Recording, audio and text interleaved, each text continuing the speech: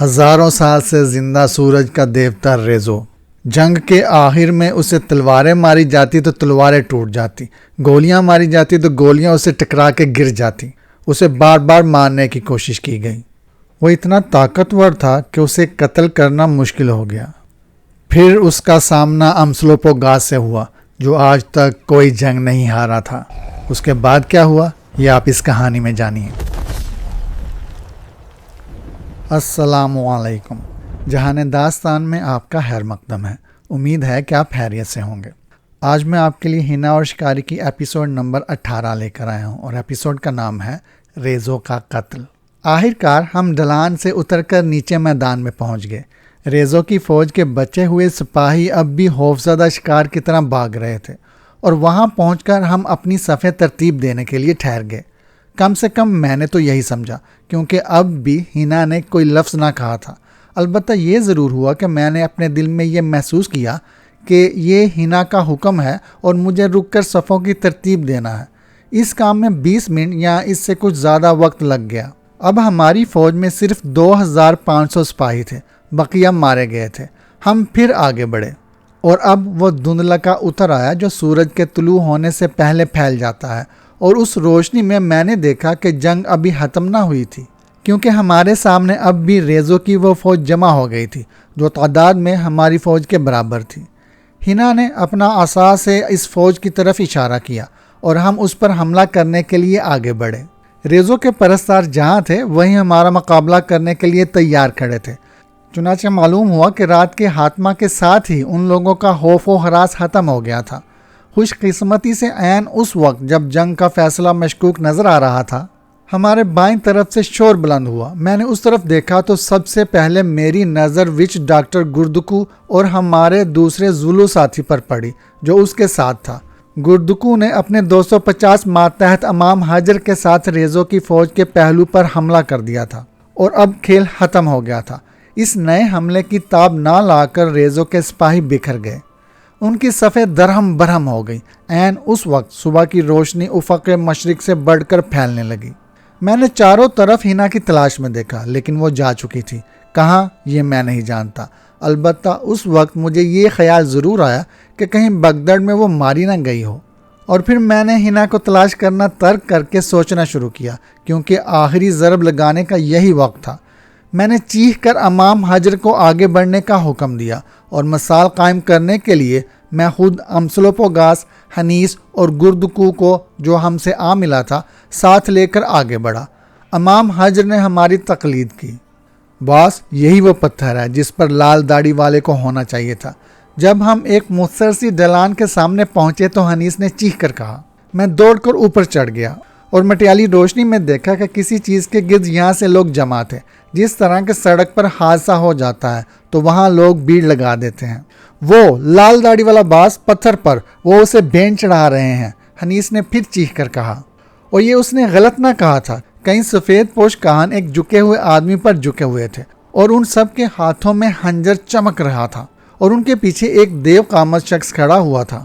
میں نے سمجھ لیا کہ یہ ریزو تھا۔ وہ مشرق کی طرف دیکھ رہا تھا، جیسے وہ منتظر تھا کہ افق پر سورج کی دار نمودار ہو تو وہ کوئی حکم دے۔ اور عین اس وقت سورج نمودار ہوا۔ ایک باریک اور روشن ناہور سا افق مشرق پر ابھرا، اور ریزو نے گھوم کر اور چیخ کر حکم دیا۔ لیکن اب وقت گزر چکا تھا، کیونکہ ہم ان پر ٹوٹ پڑے۔ امسلوپوگاس نے اپنے کلہاڑے سے ایک کہان کو کاٹ کر ڈال دیا۔ میرے ساتھ جو لوگ تھے انہوں نے دوسرے کہانوں کو ٹھکانے لگا دیا، اور ہنیس نے اپنے بڑے چاقو کے ایک ہی جھٹکے سے وہ رسیاں کاٹ دی جن سے رابرٹسن کو باندھا گیا تھا۔ پھیلتی ہوئی روشنی میں نے رابرٹسن کو دیکھا تو میرے دل کو ایک دھکا سا لگا۔ وہ بیچارہ پوری طرح سے پاگل ہو چکا تھا۔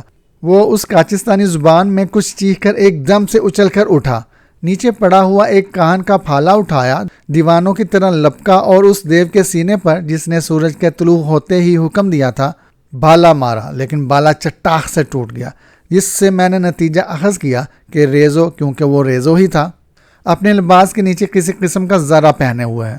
دوسرے ہی لمحے ریزو کا کلہاڑا بلند ہوا۔ کلہاڑا بے حد خوفناک ہتھیار تھا۔ وہ بجلی کسی تیزی سے جھکا اور ایک ہی وار میں رابرٹسن کا کام تمام کر گیا۔ بعد میں اس کی لاش ہم نے تلاش کی تو دیکھا کہ ریزو کے کلہاڑے نے رابرٹسن کو اوپر سے نیچے تک چیر کر 2 کر دیا تھا۔ اپنے دوست کو مرتے دیکھا تو میری آنکھوں میں خون اتر آیا۔ اس وقت میرے ہاتھ میں 2 نالی ایکسپریس بندوق تھی۔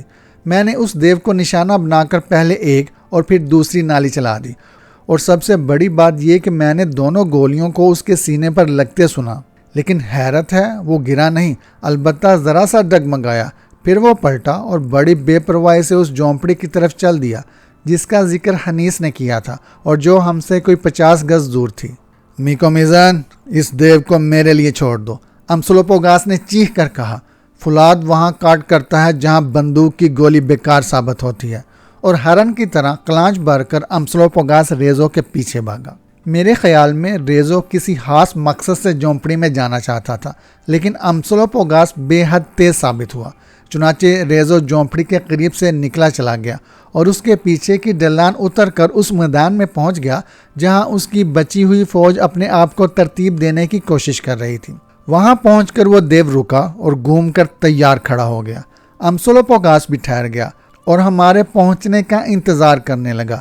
بڑا ہوشیار جنگجو تھا وہ، چنانچہ ڈرتا تھا کہ کہیں ایسا نہ ہو کہ ہمارے پہنچنے سے پہلے ریزو کی بقیہ فوج اس پر ٹوٹ پڑے۔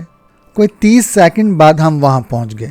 امسلوپوگاس اپنی ڈال آگے بڑھائے کمر سے جھکا اور کلہاڑا بلند کیے کھڑا تھا جیسے حملہ کرنے والا ہو، اور روشن افق کے پس منظر وہ بے حد شاندار اور مرعوب کن معلوم ہو رہا تھا۔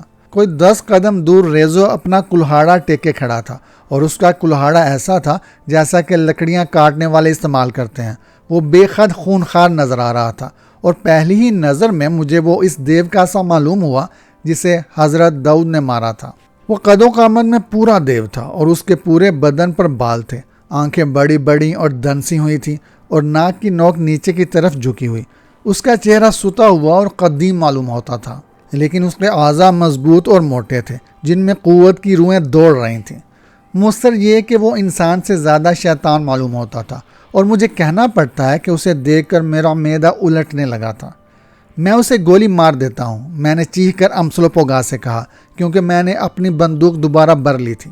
نہیں میکو میزن، امسلوپوگاس نے اپنا سر گھما کر میری طرف دیکھے بغیر کہا۔ بندوق کوشش کر چکی اور ناکام رہی، اب دیکھنا یہ ہے کہ کلہاڑا کیا کرتا ہے۔ اگر میں اسے نہ مار سکا تو پھر میری لاش کو یہاں سے گھسیٹ کر لے جانا، کیونکہ پھر یہ سفر محض بیکار ہی ثابت ہوگا۔ اور اب وہ دیو بولنے لگا۔ اس کی آواز نیچی اور باری تھی جو ہماری پشت والی پہاڑی سے ٹکرا کر بڑی خوفناکی سے گونج رہی تھی۔ کون ہو تم؟ اس نے اسی زبان میں پوچھا جو امام حجر بولتے تھے۔ کہ ریزو سے مقابلے کی ہمت کر رہے ہو؟ کالے کتے، کیا تو نہیں جانتا کہ مجھے قتل نہیں کیا جا سکتا؟ میں اتنے برسوں سے زندہ ہوں کہ تیری زندگی کے اتنے ہفتے بھی نہ ہوں گے۔ کیا تو نہیں جانتا کہ میں نے ہزاروں آدمیوں کو ہاک و ہوں میں لٹا دیا ہے؟ کیا تو نے دیکھا نہیں کہ بھالا میرے سینے پر پڑتا ہے تو مڑ جاتا ہے، لوہے کی گولیاں اچٹ جاتی ہیں؟ کیا اس کے بعد بھی تو اپنے اس کھلونے سے مارنے کی جرت کرے گا؟ بے شک میری فوج کو شکست ہو گئی ہے، لیکن اس سے کیا ہوتا ہے جبکہ میں دوسری اور اس سے بڑی فوج جمع کر سکتا ہوں، چونکہ بینڈ کی رسم ادا نہ کی جا سکی اور سفید فام ملکہ کی شادی نہیں ہو سکی اب تک، اس لیے میری فوج کو شکست ہوئی، اور وہ بھی لو لالا کی سحر کی فوج سے۔ ہاں، اس سفید صحرا کے سحر سے جو مقبروں میں رہتی ہے، لیکن مجھے شکست نہیں ہوئی کیونکہ میں اللہ فانی ہوں۔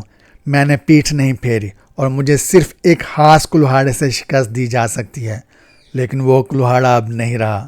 مدتیں گزریں کہ اس کلہاڑے کو زنگ نے چاٹ کر مٹی کر دیا۔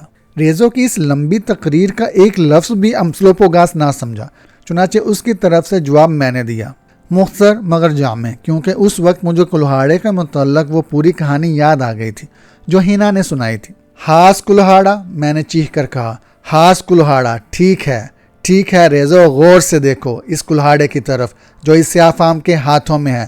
دیکھو یہ کپتان ہے اور اس کا نام خون ریز ہے، اور اس کلہاڑے کا نام سردار ہے کہ وہ جب چاہے اور جس کی چاہے زندگی لے سکتا ہے۔ ریزو اے دیو ساحر، غور سے دیکھو اس کلہاڑے کی طرف اور بتاؤ کہ کیا یہ وہی کلہاڑا نہیں ہے جسے تمہارے اجداد نے گم کر دیا تھا؟ کیا یہ وہی نہیں ہے جس پر تمہاری موت لکھی ہے؟ تو یوں کہا میں نے اونچی آواز میں تاکہ سب سن لیں اور رک رک کر اور ایک ایک لفظ پر زور دے کر، کیونکہ میں تھوڑا سا وقت لینا چاہتا تھا تاکہ صبح کی روشنی بڑھ جائے، کیونکہ میں نے دیکھ لیا تھا کہ سورج کی کرنیں سیدھی ریزو کی آنکھوں میں پڑ رہی تھی اور امسلوپوگاس کی پشت پر، چنانچہ سورج کی روشنی اس کی آنکھوں کو چندیا سکتی تھی۔ ریزو نے سنا اور آنکھیں پھاڑ کر اس کلہاڑے کی طرف دیکھا جو امسلوپوگاس بلند کیے کھڑا تھا اور اپنی کلائی کی ماہرانہ ہلکی سی جنبش سے اسے لرزا رہا تھا۔ میں نے دیکھا کہ یکایک ریزو کا بھیانک چہرہ متغیر ہو گیا اور اس پر پہلی دفعہ خوف کے آثار نمودار ہوئے۔ پھر یہ بھی ہوا کہ اس کے پرستار جو پیچھے کھڑے کلہاڑے کی طرف دیکھ رہے تھے ایک دم سے بنبنانے لگے۔ یہاں میں یہ بتا دینا ضروری سمجھتا ہوں کہ اب جنگ گویا ایک خاموش معاہدے کے تحت ختم ہو گئی تھی۔ نہ تو اب ہم حملہ یا تعاقب کر رہے تھے اور نہ ہی دشمن فرار ہو رہا تھا۔ دشمن کے بچے ہوئے سپاہی جہاں تھے بس وہیں کھڑے تھے، گویا انہوں نے سمجھ لیا تھا کہ اس جنگ کے آخری اور اٹل فیصلے کا انحصار اب ان دونوں دیووں یعنی امسلوپوگاس اور ریزو کی ڈھول پر تھا۔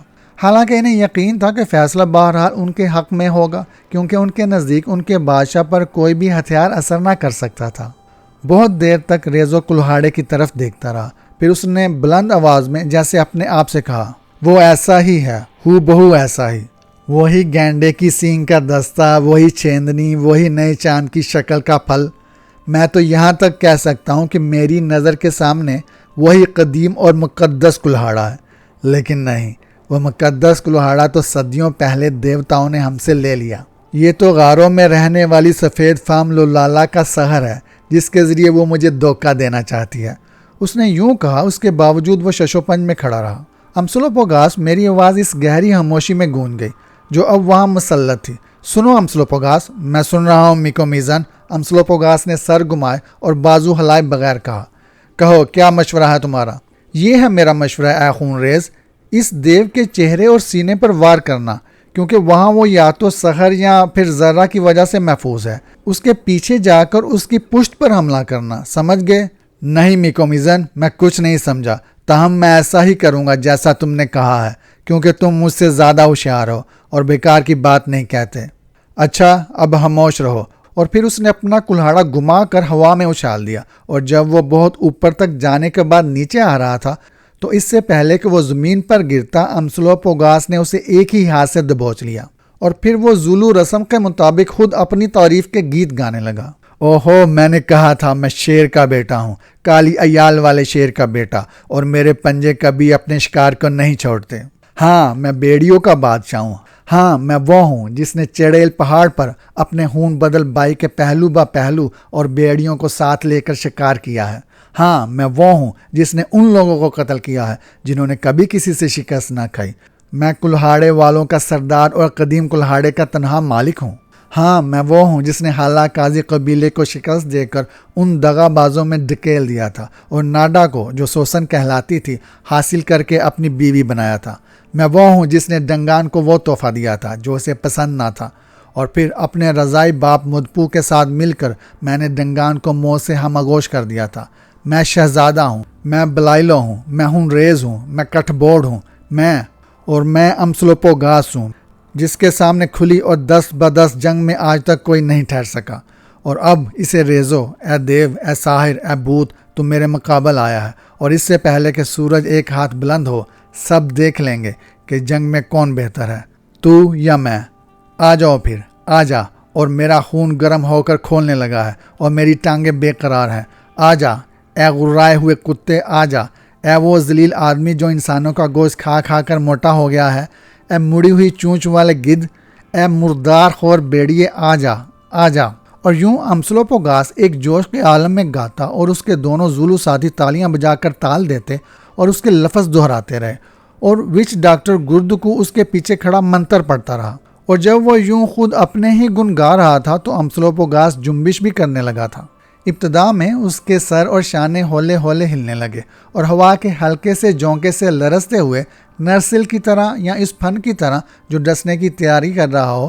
پھر آہستہ آہستہ اس نے اپنا پیر آگے بڑھایا اور پھر دوسرا، اور پھر انہیں واپس کھینچ لیا جس طرح کہ رقاص کرتا ہے، اور یوں وہ ریزو کو حملہ کرنے پر اکسا رہا تھا۔ لیکن ریزو نے جنبش نہ کی، وہ جہاں تھا وہیں اپنی ڈال کو آگے بڑھائے کھڑا رہا اور منتظر رہا کہ یہ سفید فام جنگجو کیا کرتا ہے، اور پھر پھن پھیلائے ہوئے سانپ نے ڈسنا شروع کر دیا۔ امسلوپوگاس بجلی کی سی تیزی سے لپکا اور اپنا کلہاڑا چلا دیا۔ ریزو نے اپنی ڈال سر سے بلند کر کے وار کو اس پر روکا۔ کلہاڑے کے ڈال پر پڑنے سے جو جھنکار کی آواز پیدا ہوئی، اس سے میں نے سمجھ لیا کہ اس کی کھال کی ڈال میں آہنی تار ہے۔ ریزو نے جوابی حملہ کیا، لیکن اس سے پہلے کہ اس کا وار پڑتا، امسلوپوگاس اچھل کر کلہاڑے کی زد سے باہر نکل چکا تھا، اور تب مجھے پتا چلا کہ ریزو کس قدر طاقتور تھا، کیونکہ جب اس نے دیکھا کہ امسلوپوگاس پیچھے ہٹ گیا تھا تو اس نے اپنے وار کو بیچ میں ہی روک لیا، کیونکہ وار زبردست اور خود کلہاڑا بے حد وزنی تھا۔ اور آپ جانیے ایسا صرف وہی شخص کر سکتا ہے جو غیر معمولی قوت کا مالک ہو۔ امسلوپوگاس نے بھی یہ دیکھا اور فوراً اپنے داؤ پیچ بدل دیے۔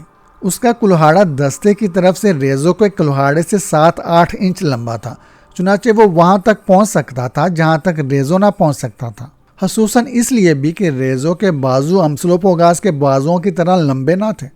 اب امسلوپوگاس نے اپنا کلہاڑا اس طرح گھما دیا کہ اس کا پھل اب آسمان کی طرف تھا اور اس کے پیچھے لگی ہوئی چھیدنی نیچے کی طرف، اور اس نے کلہاڑے کو دستے کے عین سرے پر سے پکڑ کر اور اپنا بازو پوری طرح سے لمبا کر کے ریزو کے سر اور بازوؤں کو گودنا شروع کیا۔ میں جانتا تھا کہ امسلوپوگاس کا یہ خاص طریقہ جنگ تھا جس کی وجہ سے اس کا نام کٹ بورڈ پڑ گیا تھا۔ ریزو حتی الامکان اپنا سر ڈال سے بچا رہا تھا، اور فولاد کی وہ نوکدار چھیدنی لپک لپک کر اس کے دائیں اور بائیں اور ادھر ادھر بجلی کی طرح کوند رہی تھی۔ 2 دفعہ مجھے ایسا معلوم ہوا کہ امسلوپوگاس کے کلہاڑے کا وار ریزو کے سینے پر پڑا اور چھیدنی باقاعدہ پسلیوں کے درمیان لگی، لیکن ایسا تھا تو پھر بھی زخمی نہ ہوا۔ یا تو وہ ریزو کی گھنی داڑھی میں ہی الجھ کر رہ گئی تھی، یا پھر اس ذرہ پر پڑ کر چٹ گئی تھی جو وہ اپنے لباس کے نیچے میرے خیال میں پہنے ہوئے تھا۔ اس کے باوجود وہ خوفناک آواز میں گرجا، شاید تکلیف کی وجہ سے یا غصے یا پھر دونوں کی وجہ سے، اور پھر اس نے غضبناک ہو کر پوری قوت سے امسلوپوگاس پر حملہ کر دیا۔ امسلوپوگاس نے اس کا وار اپنی ڈال پر لیا، لیکن وہ یوں پھٹ گئی جیسے پتلے کاغذ کی بنی ہوئی ہو۔ ڈال روک تو نہ سکی، البتہ یہ ضرور ہوا کہ اس نے اس کا رخ پھیر دیا۔ نتیجہ یہ کہ کلہاڑا امسلوپوگاس کے شانے کے عین قریب سے نکلتا چلا گیا اور ہمارے زولو کو کوئی نقصان نہ پہنچ سکا۔ اس سے پہلے کہ ریزو دوسرا وار کرتا، امسلوپوگاس نے اپنی بیکار ڈال اس کے چہرے پر کھینچ ماری، دونوں ہاتھوں سے کلہاڑا پکڑا اور اچھل کر ریزو پر حملہ کر دیا۔ زبردست ضرب تھی یہ، کیونکہ میں نے اس مشہور کلہاڑے کے سینگ کے دستے کو کمان کی طرح لچکتے اور مڑتے دیکھا، اور پھر کلہاڑا دب کی آواز کے ساتھ ریزو کے سینے پر جا پڑا، لیکن سوائے اس کے کچھ نہ ہوا کہ وہ دیو ذرا سا لڑکھڑا گیا اور بس۔ کراہیں پیدا کرنے والے کی تیز دار ریزو کے سینے میں اترنے میں ناکام رہی تھی۔ آواز ایسی ہوئی تھی جیسے کسی درخت کے کھوکھلے تنے پر ضرب لگائی گئی ہو، اور ریزو کی لمبی داڑھی میں سے بال کا ایک گچھا کٹ کر زمین پر گرا۔ امسلوپوگاس کی اس زبردست ضرب کا جو چٹان کو بھی پھاڑ دیتی، اس سے زیادہ کچھ اثر نہ ہوا۔ ٹاگیٹی یعنی سحر زدہ، ہمارے زولو ساتھی چلائے، سردار کی یہ ضرب اس کے 2 ٹکڑے کر دیتی، اور میں نے یہ سوچا کہ یہ آدمی بہترین ذرہ بنانا جانتا ہے۔ ریزو نے قہقہا لگایا، بڑا ہی بیانہ قہقہا تھا وہ، جو بینسے کے ڈکارنے کی آواز سے مشابہ تھا۔ ادھر امسلوپوگاس حیرت زدہ ہو کر پیچھے ہٹ گیا۔ واقعی سحر زدہ ہے، اس نے زولو زبان میں کہا۔ بہرحال ہر ساحر کے بدن میں ایک نہ ایک دروازہ ہوتا ہے جس کے ذریعے اس کی روح جسم میں داخل ہوتی ہے اور نکلتی ہے۔ مجھے وہی دروازہ بند کرنا ہے، ضرور کرنا ہے، یوں کہا امسلوپوگاس نے، اور پھر وہ کلانچے بھر کر پہلے ریزو کے بائیں طرف اور پھر دائیں طرف سے گزرنے کی کوشش کرنے لگا۔ احتیاطاً وہ ریزو کے کلہاڑے کی سر سے باہر ہی باہر رہتا تھا۔ جس طرف امسلوپوگاس جاتا، ریزو بھی فوراً اسی طرف گھوم جاتا۔ اس طرح وہ قدم با قدم پیچھے ہٹتا ہوا ڈھلان اتر رہا تھا، اور ہر دفعہ امسلوپوگاس کی طرف کلہاڑا چلا رہا تھا، لیکن اسے ایک خراش تک پہنچنے میں کامیاب نہ ہوا تھا، کیونکہ زولو سردار کلہاڑے کی زد میں آتا ہی نہ تھا، اور اس کے علاوہ اب دھوپ بھی جو بڑھ گئی تھی اس کی نظر کو حیرا کر رہی تھی۔ یہ میرا خیال تھا، اور پھر اب وہ کچھ تھکا ہوا بھی تھا، اور یہ بھی میرا خیال تھا۔ بہرحال اس نے یہ کھیل ختم کر دینے کا فیصلہ کر لیا۔ اس نے ایک جھٹکے کے ساتھ اپنی ڈال پھینک دی، جیسا کہ امسلوپوگاس نے کیا تھا، اور پھر دونوں ہاتھوں سے کلہاڑے کا آہنی دستہ پکڑ کر بپھرے ہوئے بینسے کی طرح امسلوپوگاس پر حملہ کر دیا۔ امسلوپوگاس اچھل کر پیچھے ہٹ گیا، اور پھر وہ ایک دم سے پیٹھ پھیر کر ڈلان پر بھاگا۔ جی ہاں، خون ریز دشمن کے سامنے پیٹھ پھیر کر بھاگ رہا تھا۔ سورج کے پرستاروں نے خوشی کے نعرے لگائے اور وہ امسلوپوگاس پر فقرے کسنے لگے۔ ہمارے امام حضر ہنسنے لگے اور ارد گرد اور ہمارے زولو ساتھی حیرت سے بت بن گئے اور ان کے ماتھے پر شرم سے پسینہ آ گیا۔ صرف میں نے امسلوپوگاس کی اس پسپائی کا ٹھیک مطلب سمجھا اور حیرت سے سوچا کہ وہ کیا کرنے والا ہے۔ وہ بھاگا اور ریزو اس کے پیچھے بھاگا، لیکن وہ زولو لینڈ کے سب سے زیادہ تیز بھاگنے والے انسان کو پکڑ نہ سکا۔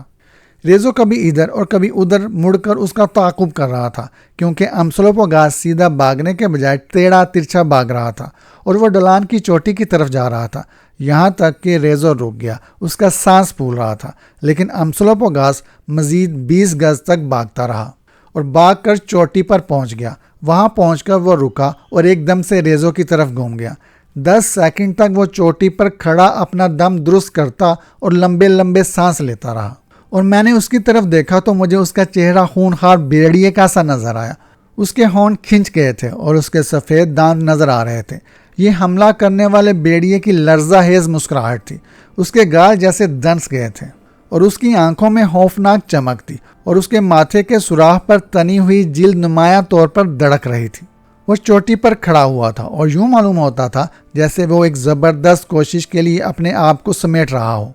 ابے باغ، تماشائی چلائے، کالے کتے باغ اور کور کے کھنڈروں میں جا کر دبک جا۔ امسلوپوگاس جانتا تھا کہ یہ اس کا مذاق اڑایا جا رہا ہے، لیکن اس نے اس کی کوئی پرواہ نہ کی۔ اس نے جھک کر اپنے دونوں ہاتھ زمین پر رگڑے، وہ ہتھیلیوں کا پسینہ خشک کر رہا تھا۔ پھر وہ سیدھا کھڑا ہوا اور اس نے ریزو پر ہلہ بول دیا۔ میں نے، ایلن کوارٹر مین نے جنگ میں بہت سی حیرت انگیز باتیں دیکھی ہیں، لیکن ایسا ہلہ نہ تو پہلے کبھی دیکھا تھا اور نہ آئندہ کبھی دیکھوں گا۔ بڑی تیزی سے اس میں چکرا دینے والی پھرتی تھی، ایسی کہ چوٹی پر سے بھاگ کر نیچے اترتے ہوئے امسلوپوگاس کے پیر زمین کو چھوتے معلوم ہی نہ ہوتے تھے۔ حملہ کرتی ہوئی شیرنی کسی تیز تراری تھی۔ پھینکے ہوئے پھالے کی طرح وہ حقیقت میں وہ سنسناتا ہوا آ رہا تھا، یہاں تک کہ ریزو جو بے حرکت کھڑا ہوا تھا کوئی 12 فٹ دور رہ گیا تھا، اور تب وہ کمر میں سے اتنا جھکا کہ تقریباً دوہرا ہو گیا، اور پھر اس نے ہوا میں چھلانگ لگا دی۔ میرے خدا، کیا چھلانگ تھی وہ! ایسی چھلانگ لگانا اس نے شیر یا ہرن سے سیکھا ہوگا۔ وہ ہوا میں اٹھ گیا اور اب میں نے اس کا مقصد سمجھا۔ وہ دیو قامت ریزو کو صاف پھلانگ جانا چاہتا تھا، اور وہ اب اپنے مقصد میں کامیاب ہوا۔ امسلوپوگاس بت بنے ہوئے ریزو کے سر پر سے اور اس سے صرف 6 انچ اوپر سے گزرا، اور جب وہ اس کے سر کے اوپر سے گزر رہا تھا تو اس نے اپنا کلہاڑا نیچے کی طرف جھونک دیا۔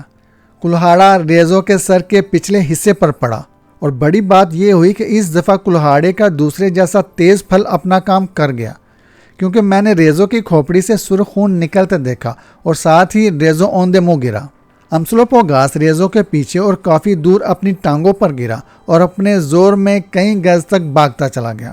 پھر وہ رکا، پلٹا، اور ایک بار پھر وہ ریزو پر حملہ آور تھا۔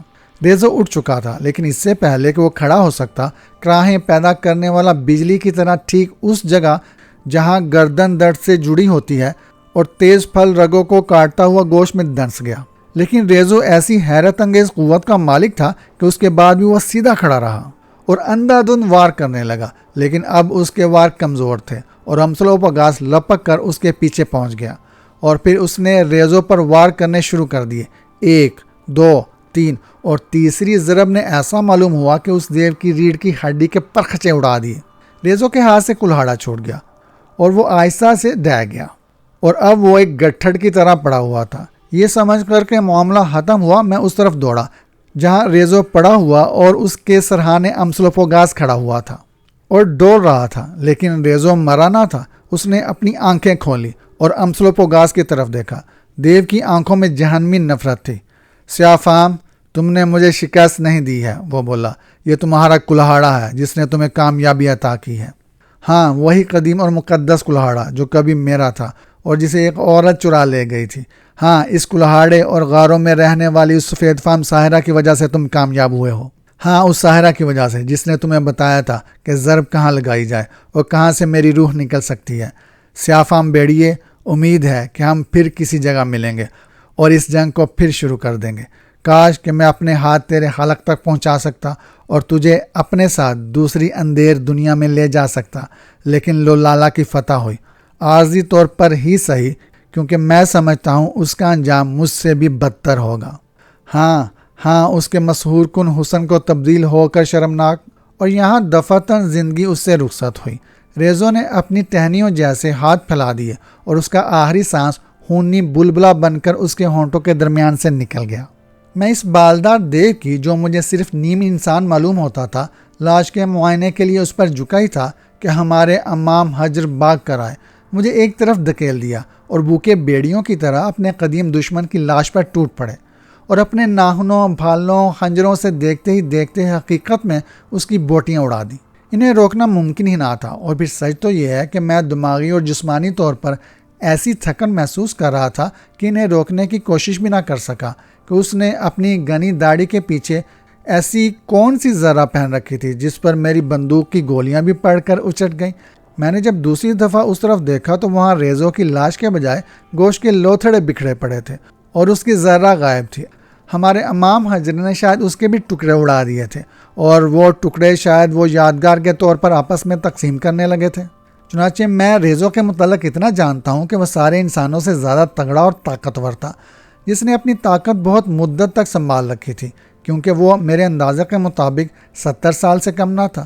رہی اس کی طویل عمر کی داستان اور یہ یقین کہ کوئی ہتھیار اس پر اثر نہ کرتا تھا، تو یہ محض ایک افسانہ تھا جو امام حضر نے گڑھ لیا تھا۔ چند ثانیوں بعد ہی امسلوپوگاس کی حالت جیسے سنبھلی اور اس نے اپنی آنکھیں کھول کر ادھر ادھر دیکھا۔ سب سے پہلے اس کی نظر جس پر پڑی وہ بوڑھا بلالی تھا، جو قریب ہی کھڑا اپنی سفید داڑھی پر ہاتھ پھیر پھیر کر بڑے اطمینان سے اور فلسفیانہ انداز میں یہ منظر دیکھ رہا تھا۔ اس کے اس اطمینان نے امسلوپوگاس کو معلوم ہوتا ہے آگ بگولا کر دیا۔ میرے خیال میں تو وہ تمہارے خالی خولی الفاظ بیکار تھے، وہ بولا، جس نے سب سے پہلے مجھ پر اس وقت قہقہ لگایا تھا جب میں ایک چال سوچ کر دیو کے سامنے بھاگا تھا، اور وہ تو یہی تھا جس نے ابتدا کر کے امام حج کو مجھ پر ہنسنے اور فکرے کسنے کی راہ سجائی تھی۔ حالانکہ اس وقت میں تھکا ہوا ہوں اور میرے اعضاء شل ہو رہے ہیں، تاہم میں تیرے خون سے اپنی اس توہین کو دوں گا۔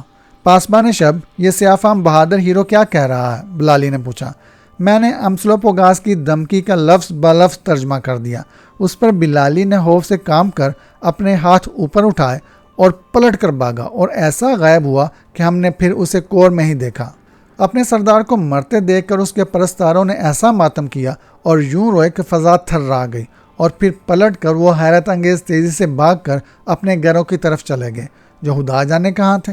ہمارے امام حضر نے کچھ دور تک ان کا تعاقب کیا، لیکن انہیں پکڑ نہ سکے، چنانچہ انہوں نے اپنا غصہ ان زخمیوں پر اتارا جو ان کے ہاتھ آ گئے۔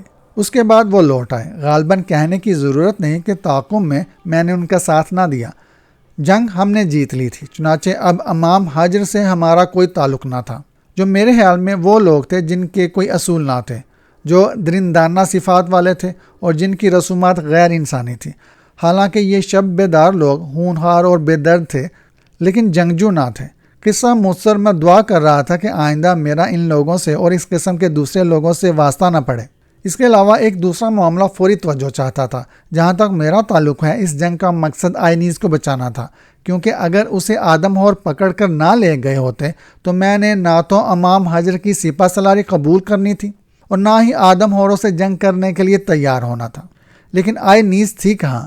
اگر حنیس نے ریزو کے کہان کی بات ٹھیک سمجھی تھی تو پھر اسے جھونپڑی میں ہونا چاہیے تھا، یا وہ جھونپڑی میں تھی۔ خدا کرے کہ وہ وہیں ہو۔